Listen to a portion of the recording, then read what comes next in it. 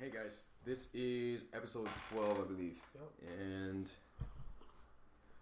we just wanted to open up and start by addressing some of the current events that have been going on. I'm sure you guys are very aware of the state of the XL pipeline. If you're following that, the state of legalization from Colorado to Washington, that's also a big deal. If you guys are looking a little more under the radar, you're aware of what's happening with the TPP. That's a pretty big deal. And one of the more recent things that I picked up that I personally want to talk about is the fact that the CIA was just found out in the U.S. of having started a form of Twitter in Cuba aimed at trying to destabilize the political system there. Really interesting how this worked out. Basically, they went in using $8 and private groups not identified as any government agency. They used offshore accounts in the Bahamas. I believe it was the Bahamas or the Cayman Islands, and began their independent Twitter. And so eventually that spread, and once it reached critical mass, they basically lured people in by using really non-controversial topics, got everybody in conversation. And when it reached about 90,000 people or so, then they introduced some really controversial political material. So that obviously incites various groups to action. And this was discovered recently. It was actually featured, I believe, in the Globe and Mail.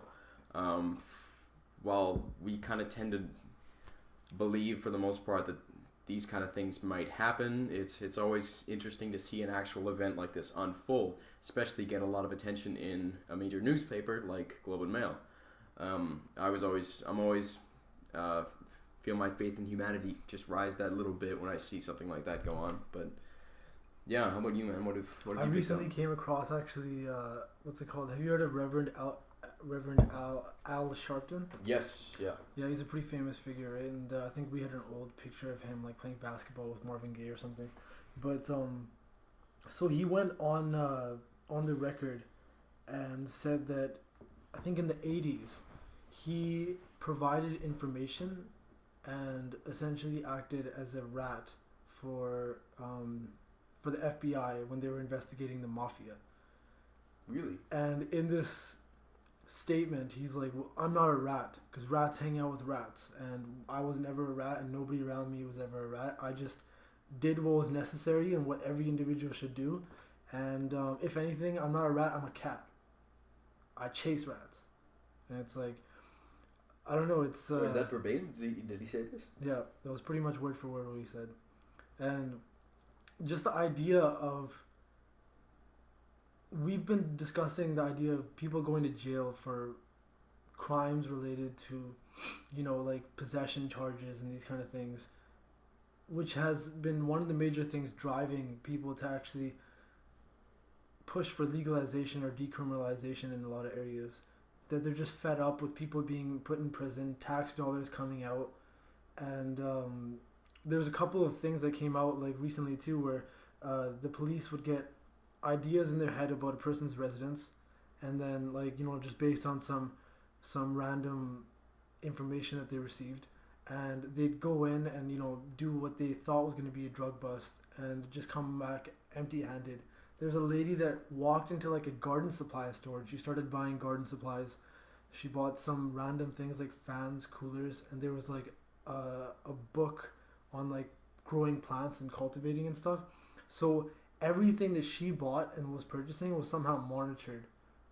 And they weren't really clear about that. They kind of implied that there was like a sting operation going on. Yeah, credit card companies don't ever want to know that, don't want you to know that their information is actually available to law enforcement agencies. At least they don't want to have that highly publicized. Yeah, and it's crazy. They ended up going down and breaking down her residence, her door, and just finding something like, I think there was like books about, like there may have been stuff leading to the fact that she was thinking about growing weed or something. Yeah. But the way that they went about this, and they went in thinking that they were going to find a massive plant operation. There was another group of students that were busted, and they were literally growing tomatoes. Like they were growing their own vegetables. They decided to do what we want to do. Yeah. And try to be a little bit self-sufficient and grow their own produce and stuff.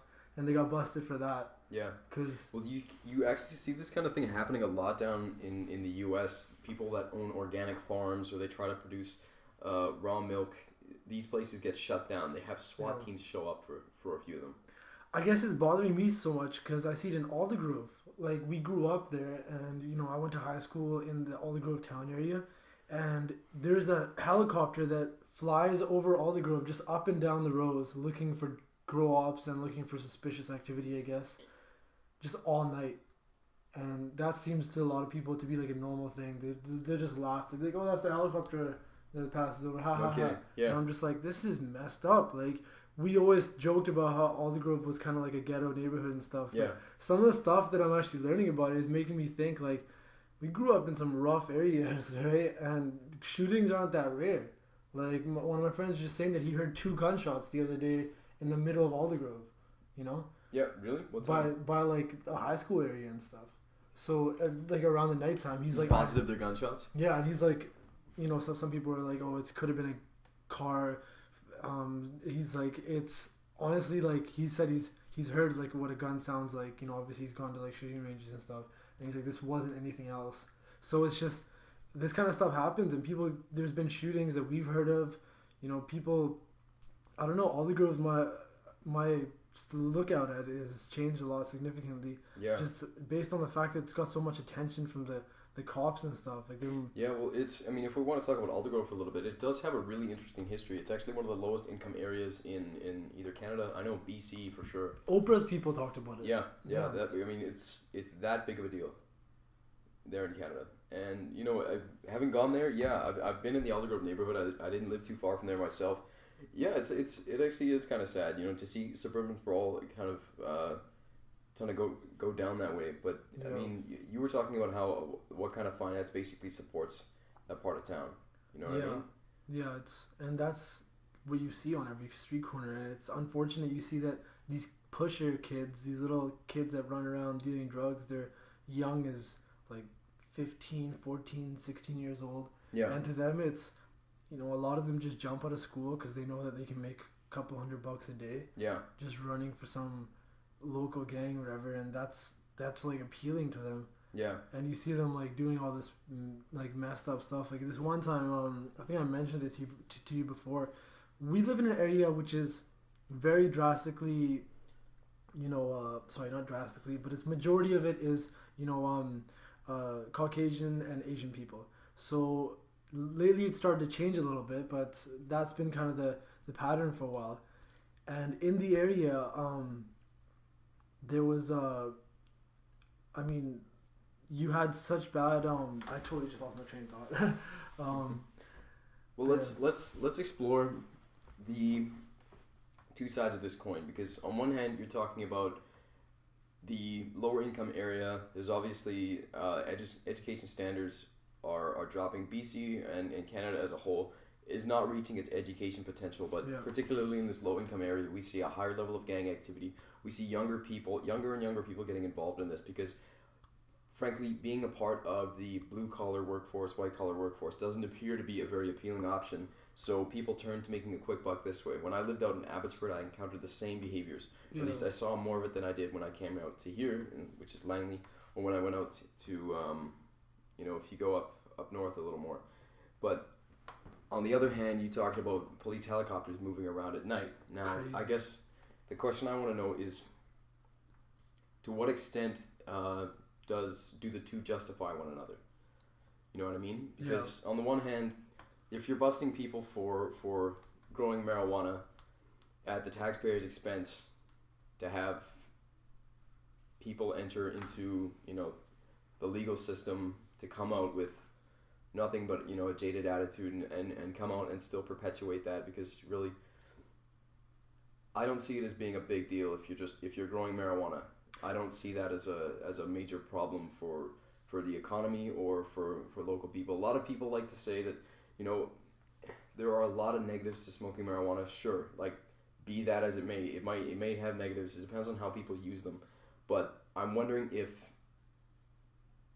that's actually justified, going after it the way it does, the legal system does, is justified, for the supposed damage that it causes. Yeah. Certainly, I think attention is due for harder things, crystal meth that pops up a little bit there, cocaine. But if you look at other countries that don't treat it as a crime, but rather as an illness, if somebody has a addiction to a drug or has an affliction to be around people that are doing drugs or that type of scene, then they treat that as something that has to be treated or has to be given a different type of attention. And I mean, people are just, they don't want to spend their money on somebody being put into prison when another person just got caught and is putting and in the States, and it was they got caught with a small amount of weed in a big bust, and that's going to be $100,000 in 2 years spent out of the taxpayers' pockets. Really? Yeah. Which is like a small amount, 6 grams of weed or something like that. That's what kind of bothers me a little bit, because while I don't know the specifics of what goes on in our Canadian system, it does strike me as inefficient. Yeah. What we're doing. Yeah. We had I actually just learned the other day. Do you know the DARE program? I'm sure you went through this. Myself included, going to elementary school. We were part of the DARE program. You're familiar with this? The nature of the program was essentially to try and introduce kids early on to the idea of drugs, how negative they are for you. Yeah. Basically, steer clear of them, you have a clear future. That's essentially what the goal is. Yeah. However, I learned the other day that the guy that instituted the program, he was a police officer from California, actually said that casual drug users ought to be taken out into the street and shot. This is what he was quoted as saying. Now, the worst thing is if you show everybody the drugs at a young age, it's, I don't know, like a lot of comedians do bits about how the programs like the DARE program and the programs that show what inspired them to do it in the first place. And it's like, honestly, well, Duncan Trussell talks about that in his stand-up and podcast, but it's a lot of different comedians actually do say that maybe you shouldn't be giving them that type of education, that these are things to steer away from. See, this is what they found actually, because when they've done studies on, they followed up with the children that were exposed to the DARE program, they found that it wasn't effective. Yeah. Not even really a little bit. It's, that mentality when your mom says don't have a cookie, what do you want more than anything? You want that cookie, right? I'm not saying that works the same way for heroin or anything else like that, but clearly there can be a better system. If you make drugs out to be a boogeyman, there's inevitably going to be one child that wants to face his fear. How is this so bad? Why are people trying to keep it secret? We're always drawn to these forms of curiosity. Yeah. So, but Portugal, the way that they treat it is that this is interesting. They say that we're going to decriminalize all drugs, and everything is treated as pretty much a demeanor. So it's like you get a fine like you would a speeding ticket, but is the word demeanor? I'm just totally no. Demeanor is not the right demeanor word. is not the right word at all. It's treated as a as a fine, right? Because like they're saying that I think you meant misdemeanor. Misdemeanor. God damn it, that's totally one of those times. Anyways, they treat it as that so that people get a fine for it, and we were talking about this the other day, that it seems more logical to just give somebody a fine, because after a while, if you're receiving fines for the same stuff, like it doesn't become like in the same way that people speed when they're at a young age.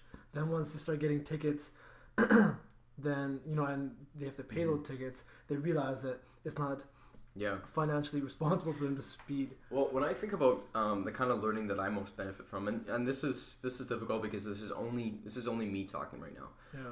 When I was going to school and I was learning things like the DARE program, I was learning about car safety, stuff like this. You learn about how to.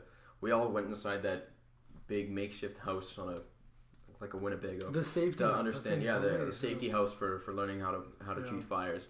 When I was being taught this stuff, and there was the impression of just be safe about this because we don't want you making trouble for us. We don't want to have the expense put on the system for your foolishness, essentially. So don't be a liability. If I got that impression from it, don't be a liability, then I felt disinclined to really take in the message. I felt like I was essentially being talked down to. Young kids pick up on this stuff. Yeah. And whereas if I learned about this kind of thing in a way that suggested you'll be better off, we'll all be better off, we want you to be healthy and safe, just be aware of the facts, then I was a hell of a lot more attentive. I took it in. I still apply it to today. Yeah. So it really matters about the intention behind it. For me, the DARE program was, don't be a liability. Don't get involved in drugs. Don't be a burden on the system. Yeah. No, I've heard that same message kind of repeated over and over again. Don't be a burden on the system, on society. Yeah. And it is interesting because I talk to friends that kind of started experimenting with drugs after high school, and some of them, they don't do drugs on a regular basis at all, and it's on rare weekends that when usually like they'll go towards psychedelics and stuff because they want to actually get something out of the experience and not just like a stupid high. Mm-hmm. But these people, they said that when they were in high school, their mindset was completely different, that all drugs are a bad thing and it's wrong, and people that do drugs are bad people, and Mm-hmm. that all of that outlook, like being put in those people's minds in high school, we see the way that society works. People rebel, and it seems so like repetitively wrong. And you've seen what the product is if you push this message into people. Like, I don't understand why one teacher that sees that doesn't work continues to teach that in their subject matter. Well, see, I think part of the problem is that when you become a part of that system, you're dependent on this job, and therefore you have to abide by the rules. Yeah. And for some people, that means ignoring the voice in your head. It's going to get you fired. You just better toe the company line. That's it. So, on the one hand, it is based out of fear. And on the other, there was maybe a semblance of it having a positive effect. So, it's easy to justify when you're in a job position like that. See, I mean, I heard this phrase in Harry Potter, and I'm almost sad that it came from there, because it's such a poignant and beautiful phrase. Dumbledore at one point talks to Harry, and he says, at one point we have to decide whether to do the right thing or to do the easy thing. And that, for me, just hits the nail on the head, because it is ultimately our responsibility to take care of everybody. We're all responsible for all, essentially. Yeah. And what we have now, this compartmentalized system, it's too easy just to give that up. It's easy to say, all I can do is focus on myself. All I can do is just follow these rules, and maybe if I keep following these rules, writing these other people off, I can eventually have enough for myself to do more for them. That's what a lot of people do. That's the compromise people make when they enter into the system. But that can't be how it is, because we're going to sell out to the point where we are totally ineffective, where we can't really give to anybody. We wear ourselves down. We'll eventually get to the point where we say, who am I to do this anymore? Like, I've sold out. You'll find that eventually. We can never run from the truth for very long. Yeah, but that is really interesting that that country is experimenting with that rule. I think that's Amsterdam was actually trying something similar, wasn't it? Yeah, they did so with prostitution. But Amsterdam's been flipping back and forth, trying to, like, for a while they're like, okay, we're not gonna allow for people to come here and just come here for the express purpose of smoking weed, and then they try to really cut down on that, and they still are making really stupid laws for how these businesses actually have to work. Yeah. Making it really difficult for them to actually function, but they're still a major part of the city's cash flow. Yeah, right? yeah. So it's, I don't know, they've been kind of flip-flopping back and forth. Mm-hmm. But for them, for like Amsterdam to this as a city to say that we're going to crack down on these cafes and stuff, you're going to see an effect on your economy instantly. You're going to see an effect on your people, and it just seems like I don't understand why cities, they think that they just want to, on a global level, they want to impress everybody. They don't want to have a bad image. Mm-hmm. They don't want to be the joke city, and that's essentially what it comes down to. The people are happy there, though. The people are happy with the way that it functions, because it seems like a certain part of the city will be where most of the tourists kind of go to and flock to, and they keep it so that the cafes are here, and Well, this is the way I kind of see cities in general. It's that regardless of any legislation, any sort of infrastructure in place, people will live as they want to live and as their environment allows. Yeah. Now, that's just imagine this a block here, okay? Now, placed over that is the template of law, of the politics, of what have you. Now, I think there's always going to be a divergence. So, you're always going to have an area in the red where people are still living as their environment allows, in which that suits them best, but it's outside the fringes of the law. Now, we're ultimately always going to have it that way, because human beings, like I said, in this compartmentalized function or this fashion of living, we we have those who are out of touch with that, being involved in the system that they are. They're inclined to make it more of what they want to see. Because they're not in touch with that other part of the society, they're going to follow that template, which essentially other countries work together to make that. You know, it's funny, it's always been kind of funny to me, but we're always taught not to follow the anarchist style of living, which, again, I have to reiterate, is not chaos. People like to make the connection that, or like to say that anarchy and chaos are synonymous, but that's absolutely not the case. Anarchy is a completely different system. I encourage people just to research that, but while we're told not to involve ourselves in that system, that it's a bad system, that it ultimately fails, that's the same system that we see governments engaging in internationally. Governments act with impunity amongst one another. Mm-hmm. You know, I mean, if you want a perfect example of that, you can look at what happened with Russia, with Crimea, Ukraine, and the U.S. The U.S. is calling out Russia for making a move that it did when it jumped into Iraq. That was a really strange situation to watch, because when the citizens of Crimea, when they were expressing concern about the United States presence being looming, the States wasn't even there, but they were like, there was already protesters saying, stay away from us, United States. Yeah. Stay away from this dispute. Stay away from this. Yeah, like this is ours. Yeah. Because they're worried that the States are going to come in and just start bombing stuff and do whatever, or just completely take over. Well, see, yeah, that's the thing too now, because we have things like the Trans-Pacific Partnership that's basically using trade as leverage. Yeah. You know, you can basically keep countries out of the loop entirely, sanction them to the point where they can no longer survive. So you involve everybody using that. Anybody outside of it will eventually collapse or succumb to the system. So with trade, all the countries have to come together and basically abide by the rules of those people that have written the TPP. Now, you can either be a part of it or you can sit alone until we come to your door. That's essentially the way that's going. But then you have the agreements made with NATO, right? So you have the military arm of what is now the world government, which is, it's a reality. It's coming together. Now, how that ends is up to us, but this is how I see it coming together, you know. And then you have the UN, which is essentially the diplomatic, you know, as it wants to be seen, arm of this new regime that's coming up. And it's kind of disconcerting to see this happening, because more and more countries like Amsterdam, whether the citizens have the right idea or not, it doesn't matter, because if it doesn't fit within the confines of the format that's discussed by these large groups and placed over it, it doesn't matter, because eventually they'll have the degree of power where they can go to that very, very private level and prevent people from living in a way that's comfortable, that's natural for them, the area. You know, the list goes on. It's just, if you want to see an example of that, you look at the way that the United States deals with Cuba since the Cuban Missile Crisis. The fact that they instituted a trade embargo and that shut the country down. Like, to this day, you go there and you have the oldest cars on the streets that are just clinking around. They still managed because the people came together, you know, after the coup, and you know, it was the concern was for the greater good of the country.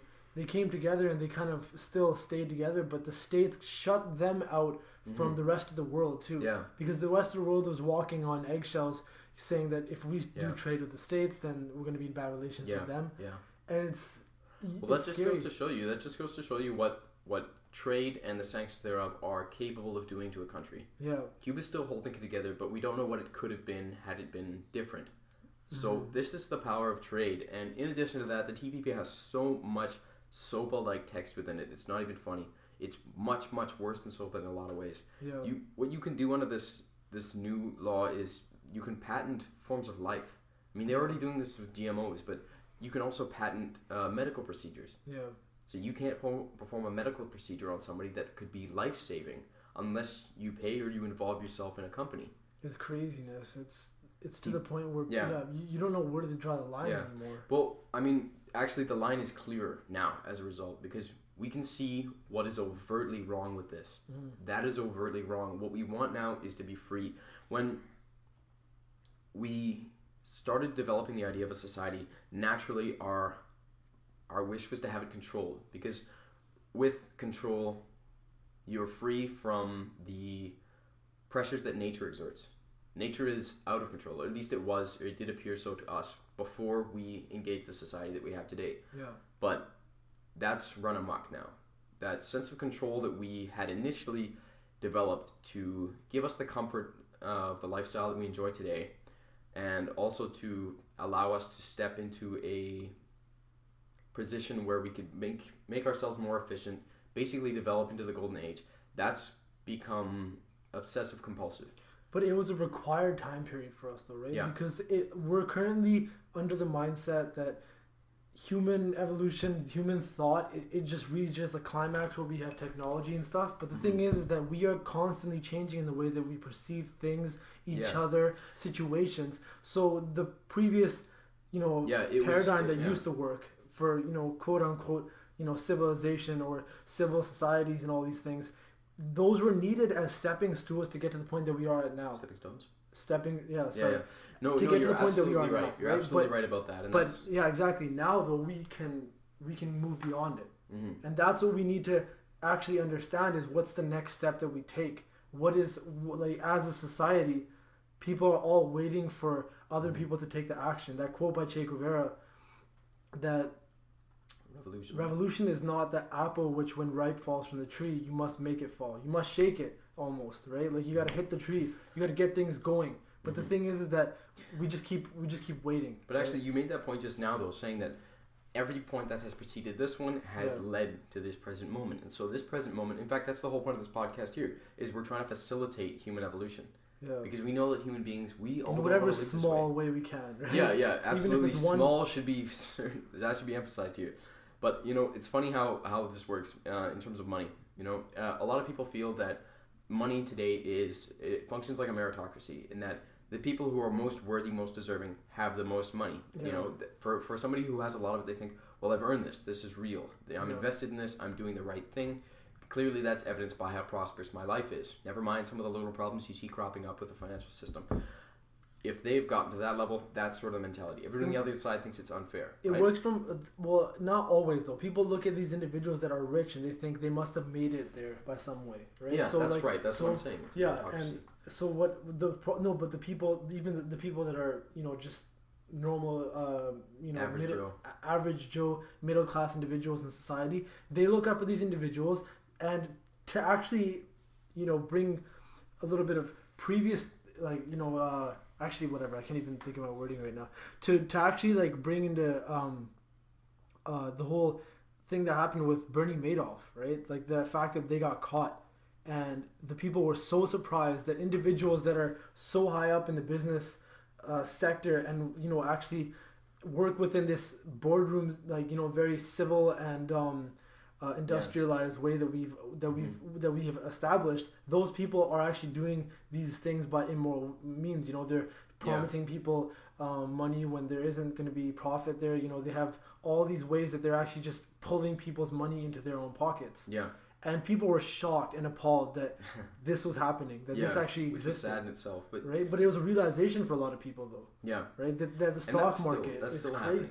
Yeah, it's. I mean, if anybody's seen Wolf of Wall Street, they got a bit of the idea for sure. Yeah. But yeah, you know what? It's not a meritocracy. Okay. It's what it is. I love some of the wording some people apply to it. Immortal Technique called it a plutocracy. That's a good word for it. But it's also made up of greed. People in government, for instance, a lot of people don't necessarily get there because of their qualifications, but it's an ego game.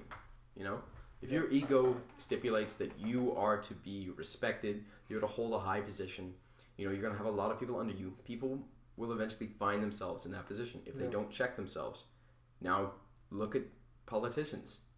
That's undoubtedly true for a lot of them. Yeah, there are a lot of people that want to make positive changes. They do great things. That's without question for sure. But you're also playing with that element, that ego element. That's inextricable. Yeah. Same with making money. People feel they deserve that amount of wealth, that they deserve to look down on the people around them. That's going to occur as well. So what we need to see is a change. We need to divorce ourselves from that. You can see that from the way that society has shifted, that we've tried the extremes in both ways. We tried democracy, right? And the people that call themselves the largest democracy in the world, India, they're a prime example of just not to say democracy as a whole is just BS, but Yeah. it doesn't always work. And then we tried the other end of the spectrum, communism, right? Then why did people try that system? Because they fascism was the other side of that. Well, yeah, I'm sorry. But yeah, we left and right, You can have the debate. And the thing where it comes down to, though, is that we have seen these changes. The fact that people have tried the extremes. They've said, this doesn't work. We got to try the complete opposite. The problem is that you have to take from both of those or both sides and try to combine it and make something that works for everybody. And essentially, either it works for the people or it works for the corporations. And most of the times, you're going to go for the one that works for the corporations because they're the individuals who, back all these politicians and are like, that's how our political system works, is that it's just all the richest people can actually give fundraising money. And that's how, and it just seems so broken the way that it is. Democracy is this right now. The way that we have the system that we have in play, that you vote somebody in and they're in for a certain period of time. I look at like presidents and people say that they're a lot of the people, their hair starts turning gray quicker. Their life is just completely surrounded with chaos. It must suck. But then which president would ever go for a second term then? That actually was blowing my mind the other day. I was thinking that if Obama was so miserable being labeled as the dumbass and, the scapegoat, why would he run for a second term? And he did, right? And he even said that if there was a third term, who knows, right? He jokes around about it. But if you were miserable and your life was as messed up as it was, so that position doesn't mean anything is what that means. That person probably does live luxury. They do whatever the hell they want. They go around and they're not really worrying about the stuff. Yeah. Well, let's be honest about President Obama and politicians in the public eye for that matter. A lot of them are just frontmen. They're public relations officials. Yeah, essentially this proved that though, right? Yeah. Because they have no stress. If you actually had to deal with the stuff that the economy and everything collapsing. No one person could do that. And no person would ever run for a second term. No. This is we can easily see that there's a big drama going on here. You have and this comes back to ego too, okay? You have a very large group of people that are unwilling to look at their mistakes, that are unwilling to recognize their own talent and potential in fixing the problems that they themselves have been either directly responsible or silently consented to the creation of these problems. Yeah. And they need a scapegoat for this. You're right. So you also have somebody who says, I want to appear as the ruler of a certain country. Let's say the United States. Lo and behold, you have that power paradigm coming into play. Yeah. You have people that need a scapegoat, and you need somebody who wants to look like they're in power. Yeah. So that's come to be. That's what the state of it is. Yeah. You look at the writing of president's speeches. The fact that somebody is writing their speeches and they can't coherently put together their thoughts and address a nation suggests to me that they can't be trusted with even one of the tasks that is associated with being a president. Handling the budget, handling the military, foreign policy. These are things that you simply can't get all of this in an education. There's no education on earth that allows you to single-handedly tackle these problems. Yeah. The training that really comes into play for him is learning how to sign papers. Learning how to read a script. That's what it comes down to. So I've said it before, and it still comes back to the fact that human beings have to take responsibility. One of the things we talk about for doing that is meditation. Expanding your awareness, understanding that you are ultimately in control. And initially, that's a scary thought. It means you're responsible for a lot of bad things that happen because you've tacitly consented to their existence.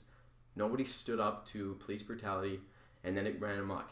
Nobody stood up to the problems of the banks. Now look what happened with that. Nobody's standing up to the fact that we shouldn't be relying on nuclear power, at least in the facets that we've been trying to use them. Now you got Fukushima, right? People don't want to take responsibility for things. However, if they do, it means we can fix those problems a lot faster, and it also means that we can create something for ourselves that we really, really want. Yeah. It's worth a bloody try. Because the alternative is living in denial until we die. Denying that the boat's sinking altogether. Now, that sounds pretty dark, it sounds pretty negative, but when I come down to it, I have a hard time thinking up ideas about how to motivate people. I have a hard time motivating myself sometimes when I think about how do I handle the world's problems. You know, and I can hold out my hand and I can be polite to everybody, but if nobody's listening and things keep getting worse, like any human being, I'm gonna get mad. I'm gonna get frustrated. You know, so I've got to make these points, and I gotta use some of the unhappier side of things. But that's ultimately what we need. You know, we talk about how things need to get bad before they need to get better. Sorry, and things will get worse before they can get better. Yeah, I mean we still live in the privileged edge of the spectrum. We live in Canada, and we feel a sense of urgency in that we can't just go about our daily business and not discuss these things with each other, with a greater audience, with anybody else. It's hard. It's a bit of a catch-22, man, because we're only just we're just above the water enough to say we can see that it's coming down, but we also have things so good here that we almost feel as if we shouldn't complain. Yeah, but I mean, like, then you end up asking the question that, you know, why doesn't everybody feel the sense of urgency to try to get the message out? Mm-hmm. But when you ask these questions, sometimes you get answered with kind of like, somebody will answer you, be like, no, you're looking at things a little bit too, you know, pessimistically. Because you look at the way that people are starting blogs, they're starting podcasts, they're starting all these things. Mm-hmm. There is a sense of urgency, and a lot of that is coming from the States.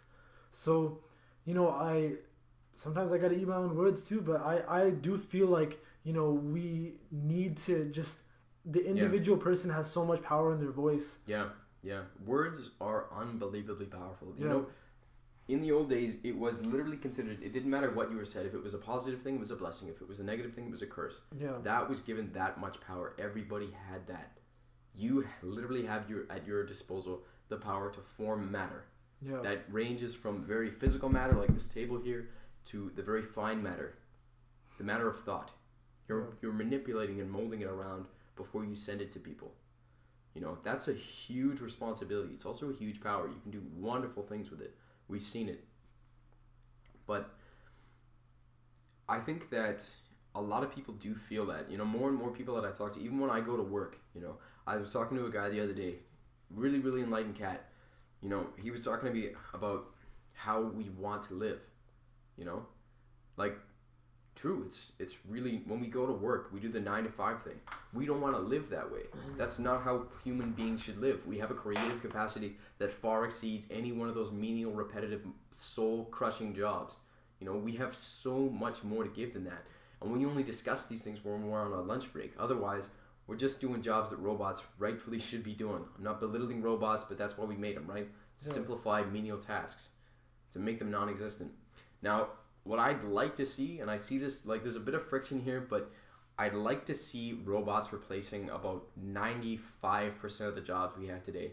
Now, within that 95%, I'm talking about those jobs where people just use as a means to an end. That's what I'm talking about. Jobs that people don't want to do. You work at McDonald's, that's hell. People work, you know, just it's going to be interesting when it's happening, though, because like it's inevitable and it's already happening, like on the but people are fighting it too. Yeah, but you have, and people are going to fight it. That's the joke, because I mean you don't want to lose your job to a machine. But in the past, it's that, listen, we don't want to lose our jobs to immigrants, okay? And we're going to make sure that immigration gets tougher and the borders are stronger. Then in the future, it's going to be, we've seen it in movies and stuff, and Rick and Morty, I think, a couple of times, but it's going to be, you know, we don't want to lose our jobs to those machines, right? Those machine people with their machine ways. Like, there's gonna be machine hearts and the machine minds. I'm a bit of a machinist. Like, I don't really. I don't think you know the meaning of the word, but you know that's right. I'd like to see that happen. I want to see machines eliminate those jobs that do not honor human potential. Yeah. I want to see McDonald's become a big vending machine if it has to exist at all, which I don't want it to. But if it has to, it should be a big vending machine. People should drive up to it and have it spit out the food, you know? That's it. That's all it needs to be. You shouldn't have people wasting away in a job like that. You know, the only jobs that are going to be left for human beings are the ones that employ a creative faculty. That's what human beings have. That's what machines can't replicate at the moment, at least. Oh, did you hear that 3D printers have metal ones now too? Yeah. So that's. You know, I was having a talk with a friend of mine the other day, actually this afternoon, who he works at a float tank, sensory deprivation tank. And we were talking about what eventually will come with this. We were talking about health and how nanobots will eventually be able to heal the body from the inside out. And we got to talking about fridges and how you'd just be able to use a pad to click onto it. And I got to thinking, eventually we're just going to have some kind of like nanobot modified stem cell canister will attach to the fridge. And it'll literally form any food that we want, and whatever it might be, it can have any effect on the body that we want. So we'll be able to synthesize any delicious banquet that we want, and it'll be able to sculpt our body while we're eating it. Like these kind of thoughts, like it's that quick how they can come together. Watching the Roomba like clean the apartment, is just we have sometimes a Roomba. A mindfuck. If you guys don't know what that is, it's a little round robot that goes around and vacuums everything. Basically, it does a beeline from wall to wall until it maps the entire place, and eventually it gets to the point where it can just find its way back to the dock and charge itself. You can schedule it, and it can do its thing. It's a trip because like you see this thing moving around and when independently and figuring out the room and stuff, and it has this thing where it'll spin around and it'll make a level ground everywhere, and it'll see where the dust is just by the tiny particles that are raised above the surface. So it just spins around in circles with its camera, detecting dirt. Mm-hmm. And one time, like, it started coming after me, like, legitimately, I guess because I was raised off the ground, but I'm like, it thinks I'm dirt. But, no, the Roomba's sick, though. Like, it's just the fact that it can do it. Just seeing it do the things that it does is a mind fuck. And, I mean, in the future, it's going to be a robot walking around your house, cleaning your sheets and stuff, because that's probably... But, no, but it's hilarious, and it's hard to actually... think about it now, but if you show this to somebody like one of our grandparents, it would blow them away. So I mean, where society is going to go is always a question. Where we are right now is pretty spectacular, though. Yeah, and that's another important thing to bring up. In the present, right now, the beautiful thing about the moment that we're living in right now is that we can actually see what our intentions have brought us. The ones that we instituted 10 years ago, say. Yeah. So the policies that we had good intentions for may not have always worked out, but if we had a good idea of what they were initially intended to be, some more positive came out of the programs that we thought should be good for the new generation than programs that we didn't necessarily have good intentions for but were well implemented. You know what I mean? Like such as the DARE program. Yeah. We've come full circle. So that just lets us know that right now in the present moment, if we can keep ourselves in a positive state of mind, that doesn't mean stupidly, naively optimistic. It means that we are aware of what's happening, but we can see a good outcome. So we know that we have a very troubled political system. We know that our financial system can't remain the way it is. It's got to collapse. It really does have to. Otherwise, we live as slaves. I'm not doing that. And we have a system whereby we extract resources. Fracking, for instance, which is a messed up practice. To extract resources by pumping more precious resource into it, full of chemicals and what have you, benzene and I don't know what else into the earth, breaking it up, causing earthquakes. Like, that's just insane. That's got to change. If we recognize right now that we can assess those problems and then positively go about changing them, what we're going to see down the road is an exponential burst in that same amount of positivity that we invested into the programs. Because you can see that same thing occurring in every other field. We can see that with technology. Ray Kurzweil, the guy he's just brilliant at understanding statistical trends in the way human beings are acting. He's one of the major proponents behind the idea of the singularity. I'm sure you've heard of this, right? Yeah. So you see technology just skyrocketing, right? So it took half the time to create a computer in 1990 than it did 10 years earlier, and now it takes we have more computing power in a cell phone than we did in NASA during the time that the Apollo flights were launched, right? It's interesting that people know that we're doing fucked up shit to the Earth. That like the fear since robots or anything robotic has existed, the fear has been there that they're gonna take over. Yeah. Because they're gonna realize that we as humans, just being a single organism that lives in this world, is causing way too much havoc. Yeah. And for the sake of this planet alone and for their own existence, why is that the fear always? Because we know that what we're doing is not right. And how long has that fear existed? So people are saying we don't know that like what we're doing out there is messed up. We do know. We like as an individual person and as every person that has those fears. Yeah. We know that there's something messed up about the way that we conduct our day-to-day stuff. Yeah. And we don't like to think about it because we like to say, the hamburger just comes to me. I don't care about how the process is and everything. Yeah, people jobs. And jobs and exactly, right? So I mean, jobs. and I mean, ultimately, we're saying, okay, we want a society where people get replaced by robots for the majority of the bullshit jobs, so that people can actually spend their resources, their time, which is more valuable than anything, on the betterment of society, right? Or towards something that's valuable in their own lives. But, you know, that's the thing, is that, you know, we have to make changes in every small thing that we do on our day-to-day, you know, routines. It's small little things, like sometimes buying organic, like literally local. the other day I was walking and I was gonna throw something in the garbage. It was a pop can, and like way up ahead there was a recycling bin, and I was just like, whatever, man, it's just one pop can. And it's always that thought in your head. It's just one pop can that I'm throwing on the ground. It's just one wrapper. It's just one time that I'm idling my car. And on a day-to-day basis, you literally have to analyze what you do in every single situation, and you yourself have to be the change. Yeah. No, that's really obvious, man. Go to any public green space and look at the common footpaths, okay? When I'm crossing a field or I see a green space, and it gets me to where I need to go, I'll walk on it. And I know it's convenient for me because I can see other footprints on it. And you know what? Like, maybe it's just me walking on that space, you know, just one human being. Or maybe it's, you know, another guy the next day. But before the week is out, that's all dirt. Yeah. You've trampled the grass. Yeah. That takes no time at all. Yeah. You know, if it was just me, it might take a month, but you're still doing that. But we have collective action taking care of this. Yeah. Now, that's a scary thought, right? Because so many of us are doing things unconsciously and it's causing problems. However, if we change that into an awareness, we could much, much, much faster, we could totally radically change things for the better in less time than it took for us to create the problems, if we were aware of what we were doing.